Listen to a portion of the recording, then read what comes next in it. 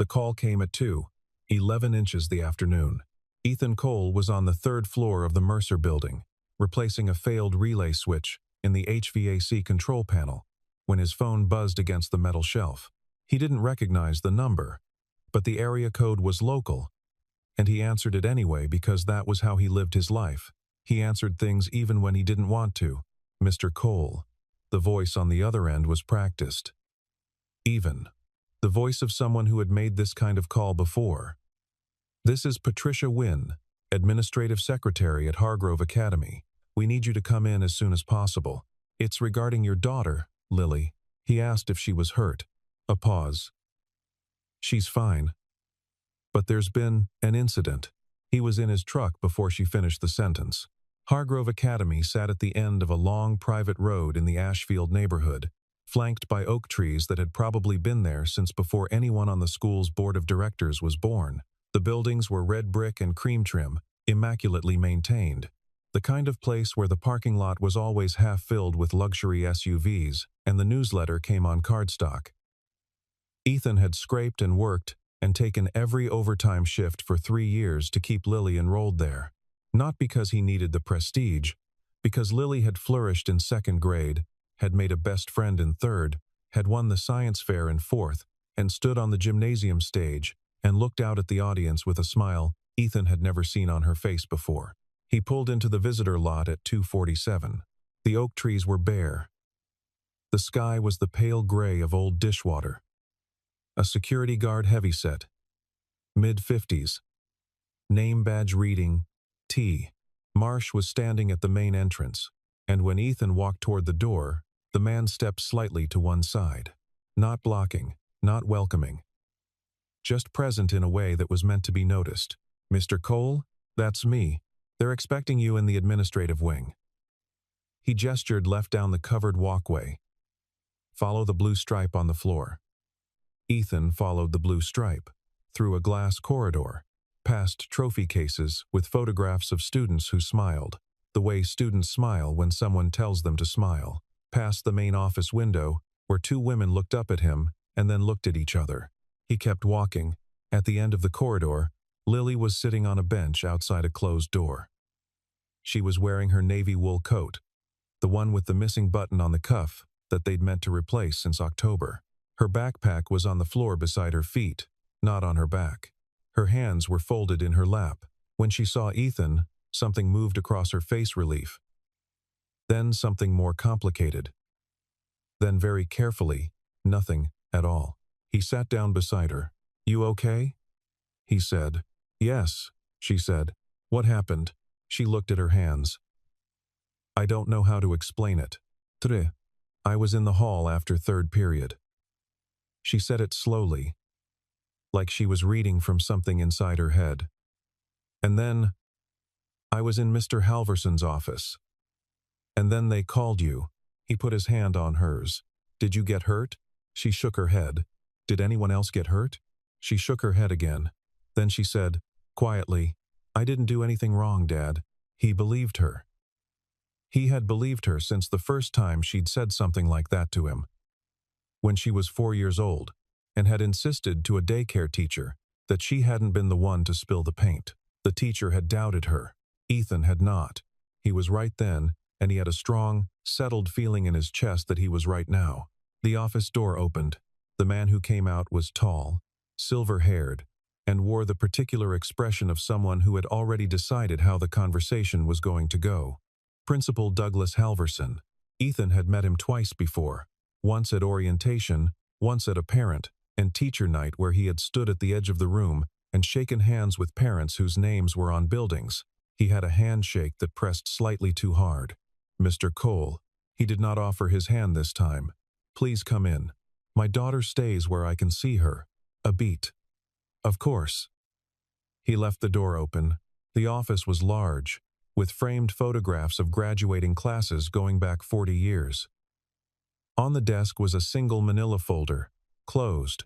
Across the room, in one of the side chairs, sat a woman Ethan did not recognize, late 40s, highlighted blonde hair, a coat that probably cost more than his monthly truck payment. She did not introduce herself. There was an incident in the main hallway between classes, Halverson said, taking his seat behind the desk. A student was pushed and fell, striking the lockers. Who pushed them? Ethan said, a hesitation that lasted exactly long enough to tell him something. We have reason to believe Lily was involved. Reason to believe, Ethan said. What does that mean? A witness reported. Which witness? Halverson folded his hands on the desk.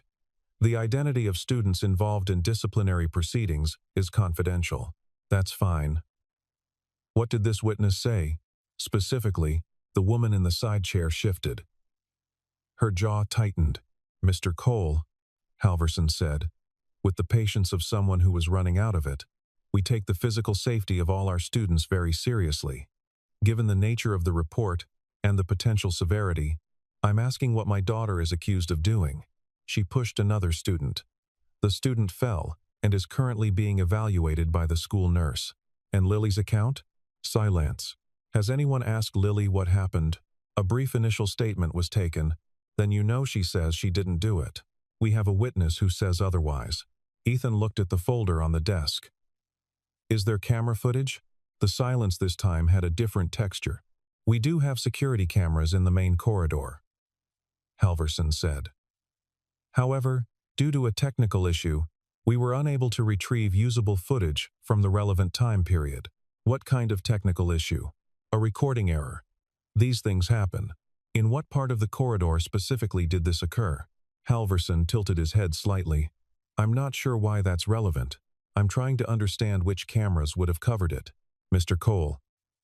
The woman spoke for the first time. Her voice was flat and certain.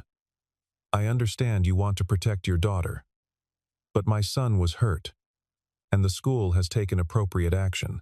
She held his gaze. I think we'd all like to move forward. Ethan looked at her for a long moment. Then he looked at Halverson.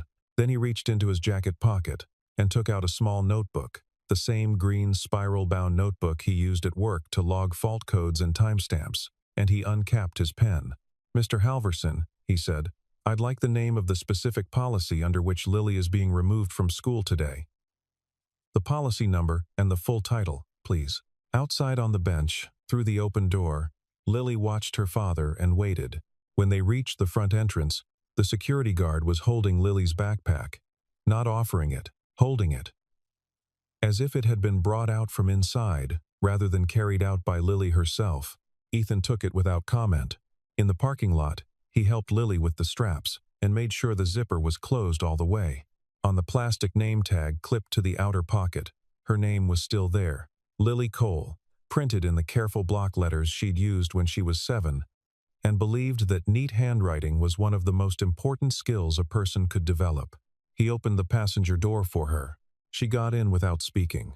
He walked around to the driver's side, got in, and sat for a moment with his hands on the wheel before starting the engine. We're going to figure this out, he said. Lily looked out the window at the bare oak trees. I know, she said. And then, but they didn't even ask me what happened. Ethan started the truck. He wrote everything down that night. He had a habit of it, not journals, not diaries, nothing that looked like processing feelings, just facts, time, location, name, what was said, what was not said. He'd started doing it at work years ago, when a facilities manager had blamed him for a problem he hadn't caused, and he'd learned that the person who could reconstruct the exact sequence of events was the person who could not be easily contradicted. He sat at the kitchen table after Lily had gone to bed and wrote down every exchange from the afternoon in order. The phone call at 2:11. Arrival at 2:47. Security guard at entrance. Patricia Wynne, administrative secretary. Bench. Outside office. Open door. Observable to hallway. Douglas Halverson. Principal. Unknown woman. Side chair, blonde. Approximately 45. 50. Did not give name. Reference to my son. He underlined my son.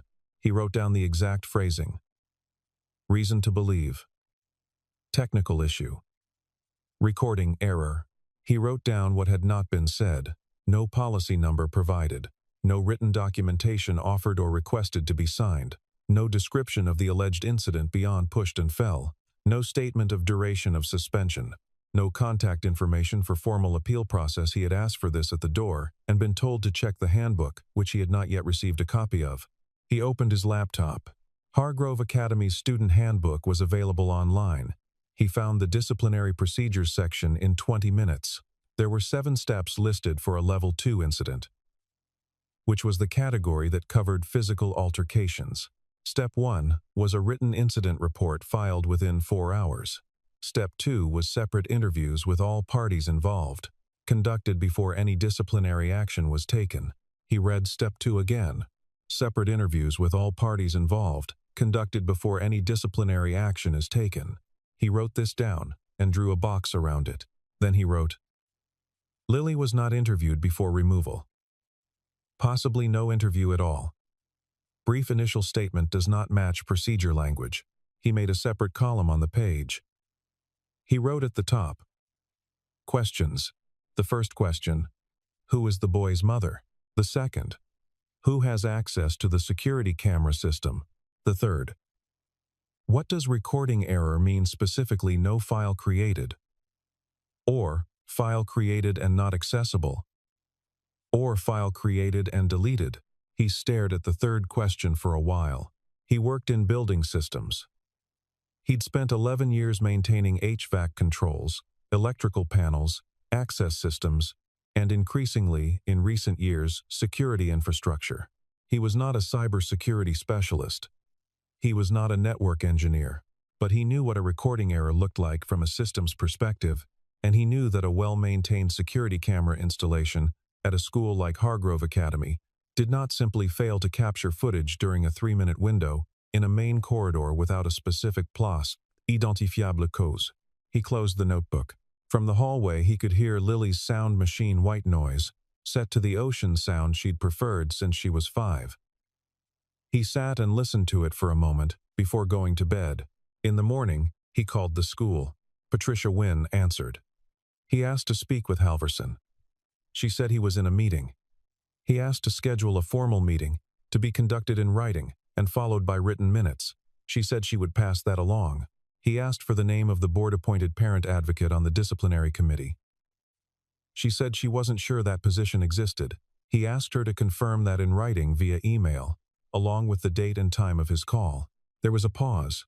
I'll let him know you called. Please also note in your log that I requested written documentation of the specific policy under which Lily was removed from school, and that I have not yet received that documentation. I'm noting it from my end as well. Another pause. Of course. He hung up. Lily spent the morning at the kitchen table with a library book. She'd been working through a series about animal migration patterns, dense, adult-level nonfiction she'd started in the summer because she'd gotten curious about monarch butterflies. And the curiosity had not stopped. She didn't ask questions about school. She didn't ask what was going to happen. She made herself a bowl of cereal at 10 o'clock, washed the bowl, and went back to her book. At 11, she looked up and said, Dad, can I call Margot? Margot Hensley was her best friend. Had been since 3rd grade. They had adjacent lockers. Of course, he said. Lily called. Margot's phone went to voicemail. She left a short, careful message. Hey, it's me. Just calling to say hi. Call when you can. And hung up and went back to her book. Ethan watched this from across the room and felt something move through him that he didn't write in the notebook. Their house was narrow and pale yellow and sat on a street of similar houses in a neighborhood 12 minutes from the school. 3 bedrooms, though one of the bedrooms was used for storage boxes from when they'd moved 3 years ago that Ethan had told himself he'd sort through and hadn't yet. The kitchen window looked out at a neighbor's fence and a strip of winter-brown yard. He had bought the house the year Lily turned 7, 2 years after her mother, Christine, had left. Not in the dramatic way. Not a sudden departure or an argument that ended with someone driving away in the night. It had been slow. The way water damage is slow, a small soft spot that grows until the floor gives way. Christine had been unhappy for a long time, in ways she couldn't fully explain, and eventually, The unhappiness had become a different life, somewhere else. She called Lily on birthdays and sent gifts at Christmas, and Lily had, by the age of 9, developed a way of receiving these things with a quiet grace that sometimes made Ethan feel something sharp behind his sternum. He did not think about Christine much. He thought about systems, what was working, what wasn't, what the failure point was. On the second day, he drove to the public library and used their printer to make copies of the relevant pages of the Hargrove Handbook. He highlighted the procedures in yellow. He made a second copy for himself, and a third, which he put in an envelope. He had started to think about who might need a copy of that envelope. Lily was sleeping poorly. She denied it, said she was fine when he checked on her at 11, said she'd slept well in the morning but he could hear her through the wall, turning over, the creak of her mattress at 1 in the morning. At 3, she kept the ocean sound machine going. She kept the night light on, a small plug-in star she'd had since she was 6, and had never asked to take down. On the third morning she came to breakfast and sat down without her book and said, "What if no one believes me?" He put a plate of toast in front of her. "I believe you," he said. "You're my dad. That's true." He sat down across from her. "But believing you isn't just because you're mine. It's because what you told me is consistent. It doesn't change when I ask different questions. The other version doesn't hold up." She looked at the toast. "What if it doesn't matter?" "It always matters," he said. "It doesn't always happen fast." She picked up the toast. On the shelf above the kitchen table, among the cookbooks and the library books, and the small framed photo of Lily at the science fair, she had placed her Hargrove Academy Student Achievement Badge, the enamel pin they gave out to third-year honor roll students. Blue and gold, the school crest. She had put it there after coming home on the first day, setting it on the shelf carefully, the way you set down something you're not sure you want to keep but can't bring yourself to throw away. He noticed it every time he sat at the table. He sent an email to Miss Rachel Foster, Lily's homeroom teacher. He kept it factual. He noted that he had not yet received written documentation of the disciplinary action. He noted his understanding of the handbook procedures and the apparent discrepancy. He asked if Miss Foster could confirm whether a separate formal interview with Lily had taken place prior to removal. As required by Handbook Section 4.2, Miss Foster responded in 4 hours. The email was short. "Mr. Cole, I want to help where I can, but I'm limited in what I can share. I'd encourage you to direct your formal questions through the administrative office. I can say that I think Lily is a wonderful student, and I hope this gets resolved quickly. R. Foster." He read it twice. Limited in what I can share was not the same as I don't know. He wrote it in the notebook. He tried a different path. Hargrove employed 3 classroom aides in the middle school wing. He had met all 3 at various school events. One of them, a woman named Deborah Crane, who taught supplemental math, and had once spent 15 minutes talking to him about monarch butterfly migration when she'd seen Lily's science fair project, had given him her contact card at a fundraiser in October. He called the number on the card, got her voicemail, left a brief message, just asking if she had time for a short conversation. She called back from a different number 40 minutes later. "I can't talk long," she said. "And I'd rather not. I mean, I probably shouldn't." She stopped. "Lily is a good kid. I know. She's been having a hard year. In the hallways especially." A pause. "There's a group of kids, mostly in the 6th grade cohort. They started giving her trouble in October. Nothing that left marks. You know the kind. I know the kind," he said. "Nobody saw it the same way twice. That's how those things work." She paused again. "The afternoon of the incident I wasn't there. But I heard from someone who was nearby that it was the same group." "The same group," he said. "I can't say more than that. I'm sorry." "You've said enough," he said. "Thank you, Miss Crane." He hung up and wrote it down. Group of students, 6th grade cohort, ongoing since October. Pattern, hallways, nothing that leaves marks. Day of incident, same group present or nearby. He drew a line under it. Then he opened a second page and started a new column. System. The security camera infrastructure at Hargrove had been installed 4 years ago as part of a campus safety grant. He knew this because he had read about it in the school newsletter, the same one that came on cardstock, in an issue from the year Lily started 5th grade. The installation had been done by a regional contractor called Meridian Safety Solutions. He found their website in 12 minutes. They listed Hargrove Academy as a client reference on their portfolio page. Standard installation for a mid-size school campus. 8 to 16 cameras, networked through a central NVR, a network video recorder typically located in the IT office or a secure server room. Footage archived to a local drive, usually with a rolling 30-day overwrite, sometimes backed up to cloud depending on the package. He wrote this in the notebook. He wrote next to it. Recording error possible meanings. 1. Camera malfunction, footage never recorded. 2.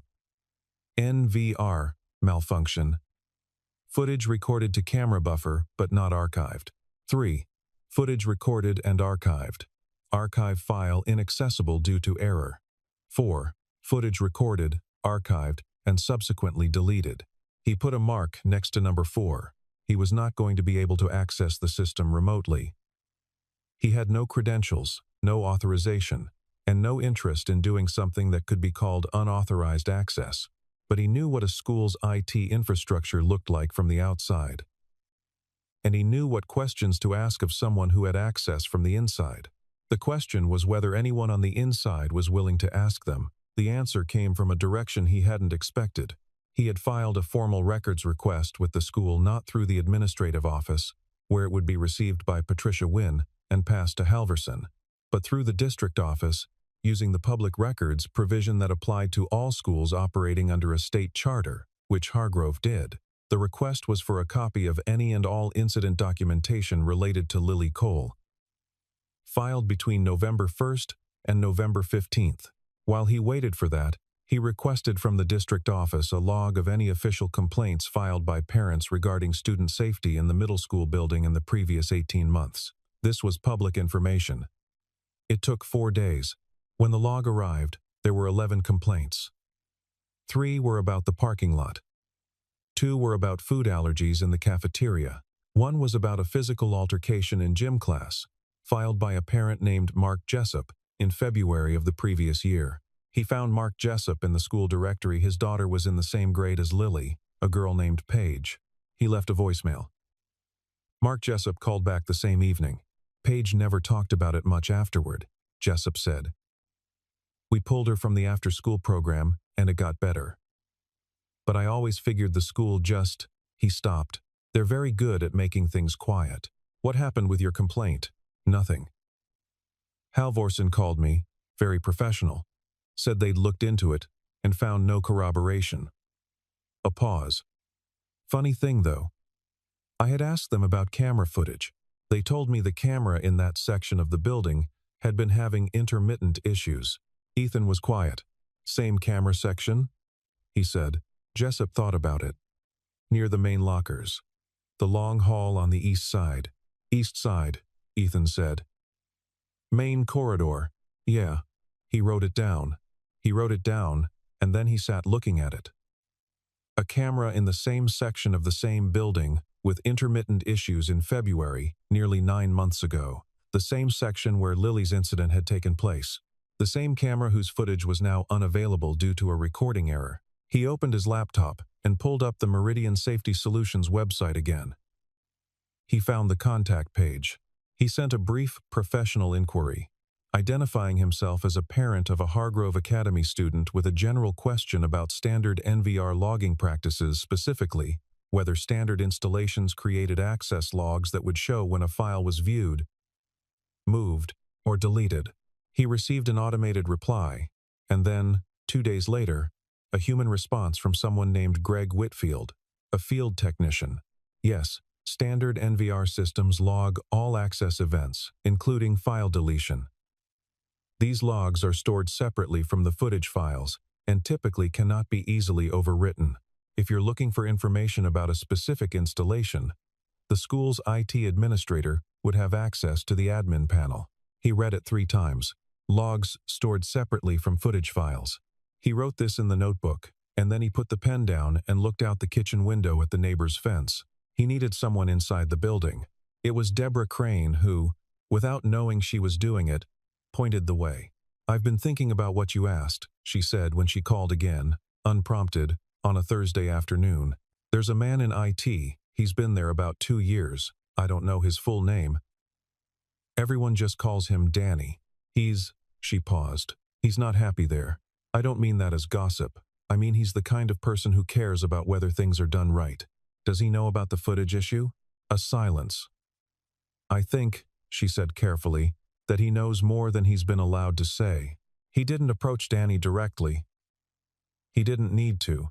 He simply sent a carefully worded email to the school's general IT support address, the one listed on the parent portal for technical issues, asking about the process for filing a formal request for access log records from the security camera system under the school's data retention policy. He got a reply the next morning. It was not from a generic support address. It was from a personal staff account. Daniel Mercer. Systems Associate. The email said, "Mr. Cole, access log requests for security systems go through the administrative office, not IT directly. However, I'd note that standard NVR access logs are retained for 90 days under our current setup. If you believe there is relevant information in those logs, a formal records request filed through the district office within the next 2 weeks would capture the relevant time period before the 90-day window closes." De Mercer. He read it twice. It was the most careful, precise non-answer he had ever received. It contained no admission of anything. It contained no breach of anything. It was written by someone who knew exactly what he was saying, and exactly what he was not saying. He wrote in the notebook, "Log window. 90 days. File formal request immediately." D. Mercer knows something. He filed the formal request that afternoon. The letter arrived on a Friday. It was on the letterhead of a law firm, Bowden, Kincaid, and Associates. It was addressed to him by name. The letter stated that his repeated inquiries, records, requests, and contact with school staff constituted harassment of school personnel and interference with the school's disciplinary procedures, and requested that he cease and desist from further contact outside of officially designated channels. At the bottom, it was signed by a lawyer named Spencer Bowden. He read it at the kitchen table with a cup of coffee and his notebook open beside him. He noted the date of receipt. He noted the firm name. He noted the phrasing, "repeated inquiries." He had sent 4 emails over 12 days. He had made 3 phone calls, all to official numbers, all during business hours, all logged in his notebook with timestamps. He also noted what the letter did not contain: any statement disputing the facts he had raised, any documentation of the disciplinary procedures that had been followed, any response to his records requests. He photographed the letter and saved the image in a folder on his laptop. Then he looked at his list of contacts again. He had not yet contacted anyone outside the school or district system. He had been deliberate about this, not because he was afraid, but because he knew that the moment he expanded the circle, he lost control of the sequence. He wanted to have the facts organized before anyone else had them. But the cease and desist letter changed the equation slightly. He thought of Mark Jessup and the complaint that had gone nowhere. He thought of Deborah Crane, who was risking something by talking to him. He thought of Daniel Mercer, who had told him exactly how much time he had left to capture the log records. He thought of Lily's badge on the kitchen shelf. He called the district's family advocacy office. The woman who answered was named Gloria Tate. She had a quiet, measured voice and a habit of saying "okay" at the end of sentences.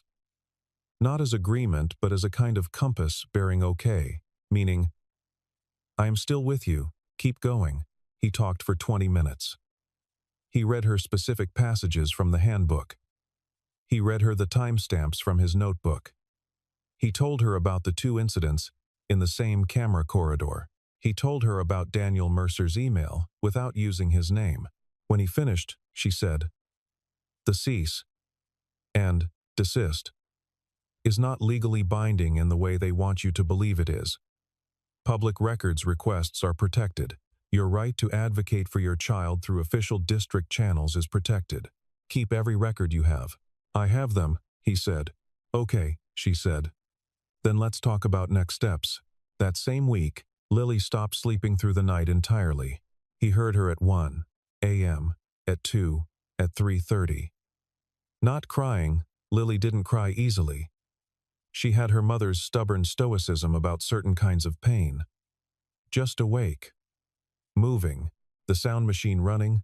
The starlight on. The creak of the mattress.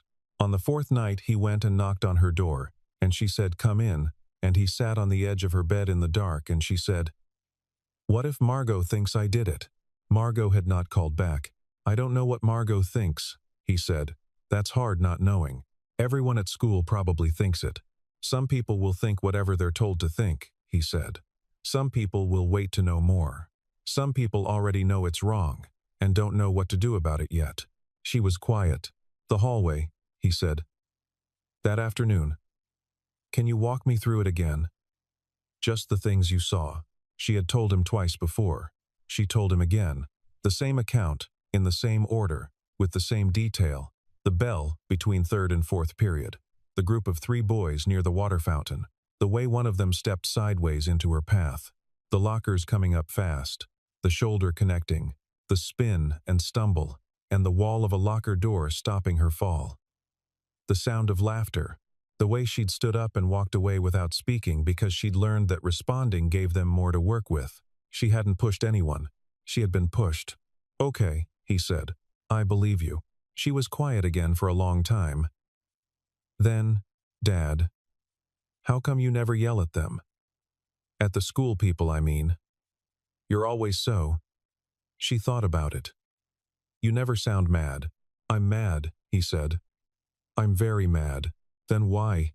"Because yelling gives people a reason to stop listening," he said. "And right now I need them to keep listening." She pulled her blanket up. "Okay," she said, in a way that sounded like she was filing it away somewhere to think about later. He turned off the light and left the door open 2 inches, the way she liked it.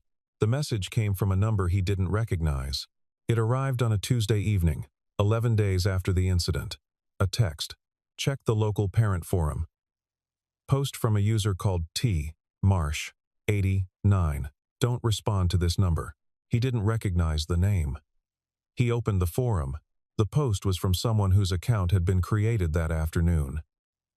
The username T. Marsh, 89, meant nothing to him at first. Then it did. T. Marsh, the security guard at the front entrance. The man who had held Lily's backpack. The post read, "My nephew was passing through the East Hall on the day of the Lily Cole incident and happened to be recording a video to send to a friend. I asked him to share it with me, posting here because I don't know who else to give this to. I am not involved with the school administration, and this is not an official statement." Attached was a video file. Ethan watched it on his phone. It was 43 seconds long. Shaky, shot from hip level. Probably while walking the footage, had the quality of something not meant to be kept. The East Corridor. The row of blue lockers. 4 boys near the water fountain, one of them talking loudly, the others watching the hall with the particular attention of people waiting for something. Then Lily, navy wool coat, backpack on both shoulders. Moving quickly, the way she moved when she was late, or when she wanted to be invisible, head slightly down, pace slightly fast. One of the boys moved. Not dramatically, not the way a fight looks, just a shift of weight, a step sideways with one foot extended, casual enough to look like nothing if you weren't watching closely. Lily went into the lockers hard. Her shoulder and the side of her head struck the metal. She caught herself with one hand, and the impact noise was audible even on the phone's small speaker. She stood up immediately. She did not touch any of the boys. She did not speak. She pulled her backpack strap back onto her shoulder and walked away, fast, head down. Behind her, one of the boys laughed. Another said something inaudible.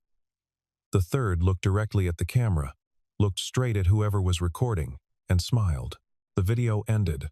Ethan watched it a second time, a third. He noted the timestamp visible on a digital clock on the wall in the background. 11:47. Third period ended at 11:45. He noted the angle. Above, corridor, floor, east side, near locker bay 3. Not the angle of the installed security cameras. A personal device. He noted the boys. He recognized one of them. He had seen the boy once, briefly, in the administrative hallway. Standing beside the woman in the side chair, blonde hair, expensive coat, looking at his phone with the expression of someone who had been bored for a long time and expected to continue being bored. He saved the video to 3 separate locations. He texted Gloria Tate the link to the forum post. He sent an email to Daniel Mercer's school address with the subject line, "Time sensitive. Relevant to previous inquiry." He attached nothing. He wrote only, "There is now a corroborating video posted publicly. Timestamp 11:47. East Corridor, Locker Bay 3. The 90-day log window is relevant." Then he sat at the kitchen table for a long time without writing anything. By Wednesday morning, the forum post had been shared by 47 other accounts. By noon, the school had issued a statement. Hargrove Academy is aware of a video circulating on community platforms that purports to depict an incident involving one of our students. We take all safety concerns seriously and are reviewing all available information. We ask that community members allow our process to proceed with appropriate care for the privacy of the students involved. By 3 p.m., 3 local parents had sent the video to the district superintendent's office. By Thursday, the district had initiated a formal review. Gloria Tate called Ethan. "The access log request went through," she said. "The district reviewer pulled it this morning. And the NVR log for the East Corridor camera 4 shows a deletion event at 4:18 p.m. on the day of the incident. The deletion was executed from an admin-level login. The admin login used was the IT department's shared service account." Ethan was quiet. "The footage existed," he said. "It was recorded." "It was recorded," Gloria confirmed. "And it was deleted 6 hours after the incident. The same afternoon, Lily was removed from school." He wrote it in the notebook. 4:18 p.m. Admin login. Shared service account. Same day. "There's more," Gloria said. "The district pulled all deletion events from camera 4 going back 18 months. There was one prior deletion event. February 14th. Mark Jessup's complaint." He wrote it down. He thought about Mark Jessup's daughter, Paige, who had been moved to a different after-school program and told herself it had gotten better. "What happens now?" he said. "There's a board meeting. Formal. You have the right to address it." She paused. "There will be other people addressing it too," he told Lily that evening. He didn't use phrases like vindicated or proven right. He just told her what had been found and what it meant. She listened without interrupting. When he finished, she sat for a moment and then said, "So, the camera did see it." "Yes. And someone deleted it." "Yes. On purpose. That's what the log shows." She looked at her hands. Then she looked at the badge on the kitchen shelf. She didn't say anything about it. "Can I call Margot?" she said. "Yes." This time, Margot answered. The board meeting was held on a Wednesday evening in the school's main assembly room. Ethan arrived early, alone. He wore the same clothes he wore to work when he had a site visit, clean, dark, functional. He carried his notebook. He had typed up a formal summary of the timeline, 4 pages, reference to the handbook section numbers and the records request responses. And he had printed 12 copies, which he had rubber banded and put in the inner pocket of his jacket. The room filled faster than he expected. He saw Mark Jessup near the back, standing against the wall. They exchanged a nod. He saw several parents he recognized from drop-off and fundraisers. He saw Deborah Crane sitting in the 3rd row, hands folded on her lap, looking straight ahead. He saw, near the side door, a man in his 30s he didn't recognize. Later he would learn this was an investigator from the district compliance office. He saw the woman from the side chair. She was seated near the front with 2 other adults, and a man he recognized as Spencer Bowden, the lawyer who had sent the cease and desist letter. She did not look at Ethan. She looked at the board. The board consisted of 7 members, 4 of whom were present. The chair was a woman named Helen Moreau, 70s, silver hair, reading glasses on a chain. She called the meeting to order. The proceedings were formal. First, a statement from the district compliance officer. He described the records request, the access log findings, the deletion event, and the February precedent. He described the deletion as inconsistent with proper records management under Board Policy 7.4.2. He described the 2 prior complaints of physical incidents in the same corridor. He described the absence of documented interviews prior to Lily's removal. Then Deborah Crane walked to the podium. She spoke for 4 minutes.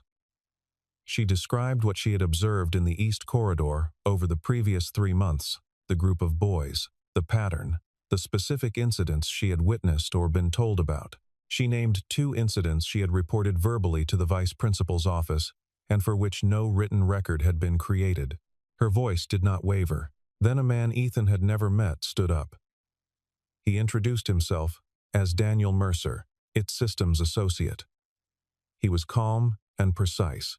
He said that on the afternoon of the incident, he had been present when the school's vice principal, acting on behalf of the administration, had asked him to resolve a technical issue with Camera 4's recording.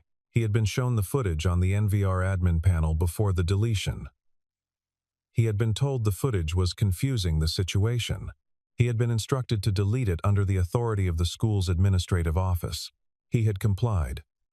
He was not complying with any further instruction to remain silent. There was a sound in the room. Not chaos, not shouting. Just a kind of collective shift in weight, the way a room feels when everyone in it updates their understanding of where they are. Helen Moreau took off her reading glasses and held them in her hand. "Mr. Mercer," she said. "Were you given this instruction in writing?" "No," he said. "Was anyone else present?" Vice Principal Aaron Shields was present. "Thank you." She put her glasses back on. "Mr. Ethan Cole." He walked to the podium. He placed 1 copy of the timeline on the podium and left the others in his jacket. He said, "Lily Cole is 10 years old.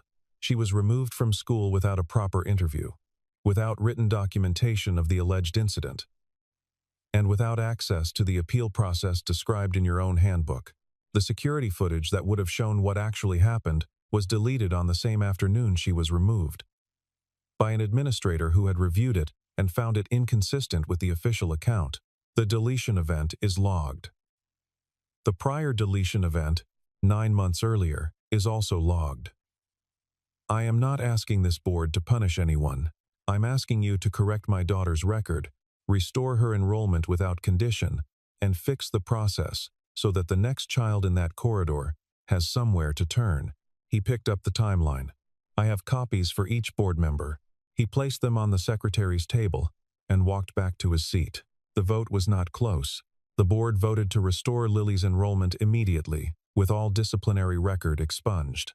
They voted to initiate a formal investigation of the deletion event and the prior February deletion. They voted to require a written incident procedure audit by an external consultant within 60 days. Douglas Halverson was placed on administrative leave, pending the investigation. Aaron Shields tendered his resignation before the meeting ended. The woman near the front left without speaking to anyone. Spencer Bowden folded his notepad and walked out close behind her. Ethan drove home. He made pancakes on Saturday, not for any particular reason. Lily liked them, and he had the time and the kitchen was warm.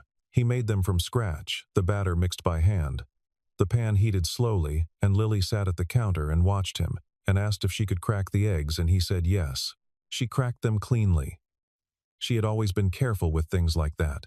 They ate at the table, the notebook still on its shelf, closed. The Hargrove badge was still on the shelf, too. Neither of them mentioned it. "Monday," Lily said. "Monday," he agreed. "Are people going to stare at me?" "Probably some of them." She ate a bite of pancake. "Margot said she'd meet me at the front gate." "That's good. She said she knew all along." "I don't think she knew all along, but I think she means she believed me. That's the part that matters."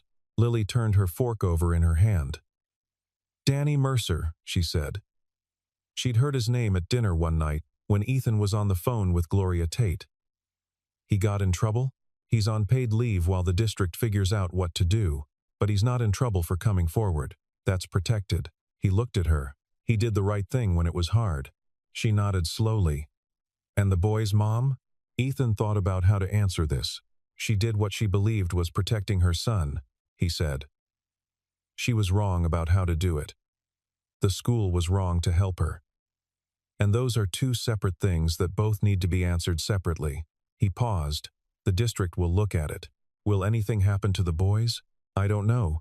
Some of that is not mine to decide. She was quiet for a moment. Is that frustrating? Yes, he said. But my job was to fix your record and get you back in school. That's done. She turned to look at the badge on the shelf. She looked at it for a long moment. Then she got up, walked over, and picked it up. She held it in both hands and examined it, the way you look at something you've been avoiding looking at directly. She put it back, not thrown away, not hidden. Just put back, in the same spot, but with a different kind of deliberateness. Okay, she said. Monday. He drove her to school on Monday morning. The oak trees along the private road still looked the same bare and gray-trunked against the winter sky. The parking lot was already half full. A woman he didn't recognize was walking in with two kids who looked young, maybe second grade, the kind of kids who still walked with a slight bounce. Margot Hensley was standing at the front gate. She was wearing a yellow coat and had her backpack slung over one shoulder, and she waved when she saw Lily's door open, the full-arm wave of a 12-year-old who has not yet learned that enthusiasm can be a vulnerability. Lily got out of the truck. For a second, she stood on the sidewalk and looked at the school, the red brick, the cream trim, the trophy cases visible through the glass of the main corridor. She looked at all of it with the careful attention of someone deciding something. Then Margot was there, talking fast about something Ethan couldn't hear through the truck window, and Lily started nodding, and then half smiling, and they walked through the gate together. He watched until they were through the door. Then he sat for a moment, with his hands on the wheel. In the second row of the parking lot, a girl he didn't recognize was standing alone by a car, her backpack on the ground, looking at the school with the expression of someone on their first day somewhere uncertain, not yet sure if this place would be a good thing or a bad one. A teacher walking by stopped and said something to her. The girl looked up. The teacher said something else, gentler, and pointed toward the entrance. The girl picked up her backpack. She went in. Ethan put the truck in reverse and pulled out of the lot. The drive home took 12 minutes. He had a work order waiting at the Mercer Building third floor again. A different relay. The kind of problem he could solve with the right tools and enough time. On his kitchen counter, when he got home to pick up his gear, his notebook was where he'd left it, closed. He didn't open it. He made a cup of coffee, drank it standing at the window, and watched the winter yard until it was time to go. In the weeks that followed, the district's external audit found procedural gaps in 4 other recorded disciplinary cases at Hargrove Academy over the previous 3 school years. A new policy required all security camera deletion events to be logged, documented, and countersigned by an independent administrator not involved in the underlying incident. Deborah Crane was named to an advisory committee on student safety protocols. Daniel Mercer was offered a senior position at the district's central IT office, which he accepted. The boy whose mother had sat in that side chair was enrolled in a different school the following semester. He did not, as far as anyone knew, carry anything with him except what he'd already learned. Lily Cole finished 5th grade on the honor roll. Her science fair project that year was about memory, how systems store information, and what happens when someone decides to erase it. On the last day of school, she put the badge back in her backpack, not to prove anything, just because it was hers.